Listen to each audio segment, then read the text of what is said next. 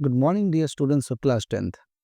तो आज हम सभी एक्सरसाइज 1.2 के क्वेश्चन नंबर 1 को सॉल्व करेंगे।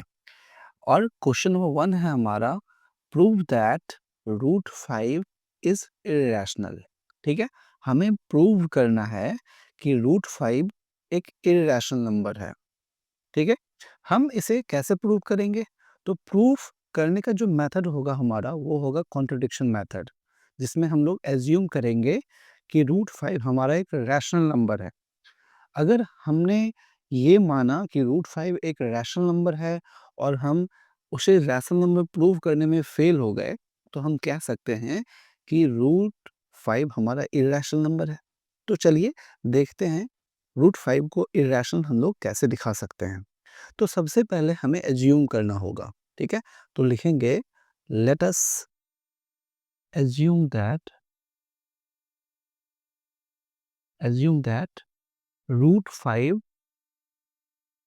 Is a rational number.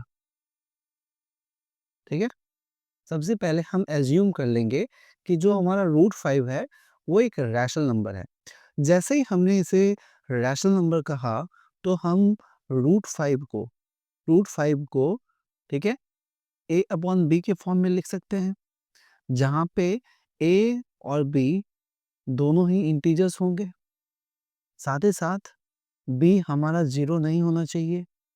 And a and b is a coprime is a coprime number. Coprime वैसे नंबर होते हैं जिनके फैक्टर्स 1 होते हैं, राइट? तो कहने का मतलब, अब हम कह सकते हैं रूट 5 हमने a अपॉन बी माना, जहाँ पे a और b दोनों ही हमारे इंटीजर्स हैं। b should not be equal to 0 and b and b must be a co-prime, right? तो हम यहाँ पे जब इसे राइट साइड से लेफ्ट साइड की तरफ लेके जाएं, तो हम लिख सकते हैं root 5b is equal to a। ठीक है, कोई दिक्कत नहीं है इसमें। अब हम करेंगे क्या कि दोनों ही साइड को स्क्वायर कर देंगे। Squaring both it's sides. ठीक है, एलएचएस आरएचएस दोनों को स्क्वायर करना है। तो रूट 5b को मैं जब स्क्वायर करूंगा और a को जब स्क्वायर करूंगा, तो हमारे पास ये वैल्यू आएगी। तो root 5 into root 5 will give you 5। ठीक है, और b into b will give you b square. ठीक है, तो 5b square will be equal to a square, है ना? अब यहाँ से क्या कंक्लूजन लिया जा सकता है?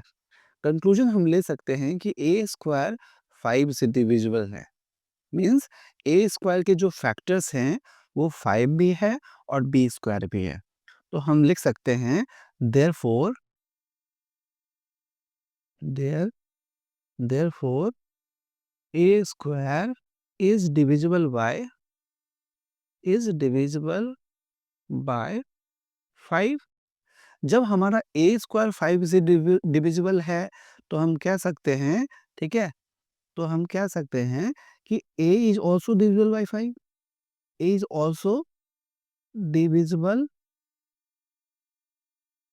बाय 5।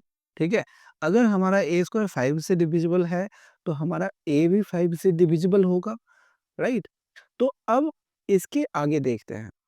अब हम क्या करते हैं कि सपोज करते हैं वापस से, now let a is equal to 5c, है ना? जहाँ पे c हमारा कोई भी इंटीजर हो सकता है। ठीक है, where c is an integer is an integer. ठीक है, हमने क्या किया, a is equal to 5c माना, जहाँ पे हमारा c क्या है, इंटीजर है। ठीक है, तो हम जैसा कि पहले देख सकते थे कि जो हमारा a का वैल्यू था वो 5 भी आ रहा था, राइट? तो हम क्या करते हैं कि a स्क्वायर था, तो यहाँ पे 5c हमारा, तो a स्क्वायर के जगह पे हम 5c स्क्वायर लिख सकते हैं। ठीक है, 5c का होल स्क्वायर। और a स्क्वायर किसके इक्वल था पहले, b स्क्वायर के इक्वल था, तो वो 5b स्क्वायर के इक्वल था, राइट? a स्क्वायर किसके इक्वल था, 5b स्क्वायर के इक्वल। तो कहने का मतलब हमारा ये क्वेश्चन फॉर्म होगा अब। सॉरी, जब हम इसे सॉल्व करेंगे तो 5 इंटू 5 क्या हो जाएगा हमारा 25c²। यहाँ पे 5b² ही रहेगा। 5 से 25 कितनी टाइम्स में कैंसिल होगा, 5 टाइम्स में। ठीक है, जब हम इसे डिडक्ट करेंगे तो ये 5c² हो जाएगा और यहाँ पे हमारा b² आ जाएगा। यहाँ पे हम क्या कंक्लूजन बना सकते हैं कि देयरफॉर, ठीक है, therefore b² is divisible by 5। ठीक है, b² भी हमारा 5 से डिविजिबल है क्योंकि b² का फैक्टर 5 आ रहा है ना। जब b² हमारा 5 से डिविजिबल है तो हम लिख सकते हैं, ठीक है, b is also divisible by 5, b is also divisible by 5। ठीक है, और हमने स्टार्टिंग में ही a और b एक ऐसे इंटीजर्स माने थे जो दोनों आपस में को प्राइम थे, बट यहाँ पे तो देखने में आ रहा है कि a और b का जो फैक्टर है वो एक कॉमन फैक्टर आ रहा है 5, है ना। तो कहने का मतलब ये हमारा को प्राइम हुआ नहीं, है ना। तो हम देखते हैं, यहाँ से पता चला कि a और b के दोनों, है ना, a और b का दोनों ही जो है नंबर हमारा इंटीजर्स, उन दोनों का कॉमन फैक्टर क्या है, 5 है। तो लिख सकते हैं दिस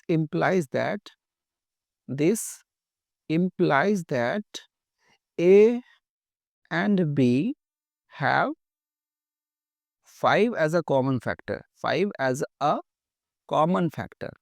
ठीक है, ये क्या हो गया, 5 कॉमन फैक्टर हो गया। और जैसे ही 5 कॉमन फैक्टर हुआ, ठीक है, हमारा एजम्पशन कॉन्ट्राडिक्ट कर जा रहा है।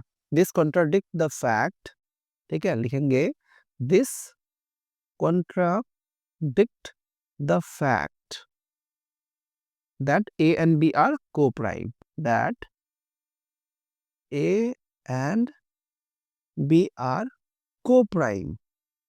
ठीक है, ये हमारा को प्राइम है, ये कॉन्ट्राडिक्ट कर जाएगा। ठीक है, तो अब इससे हुआ क्या, इससे ये पता चला कि आवर एजम्पशन इज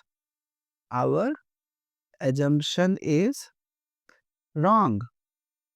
ठीक है, हेंस, है ना, हेंस रूट फाइव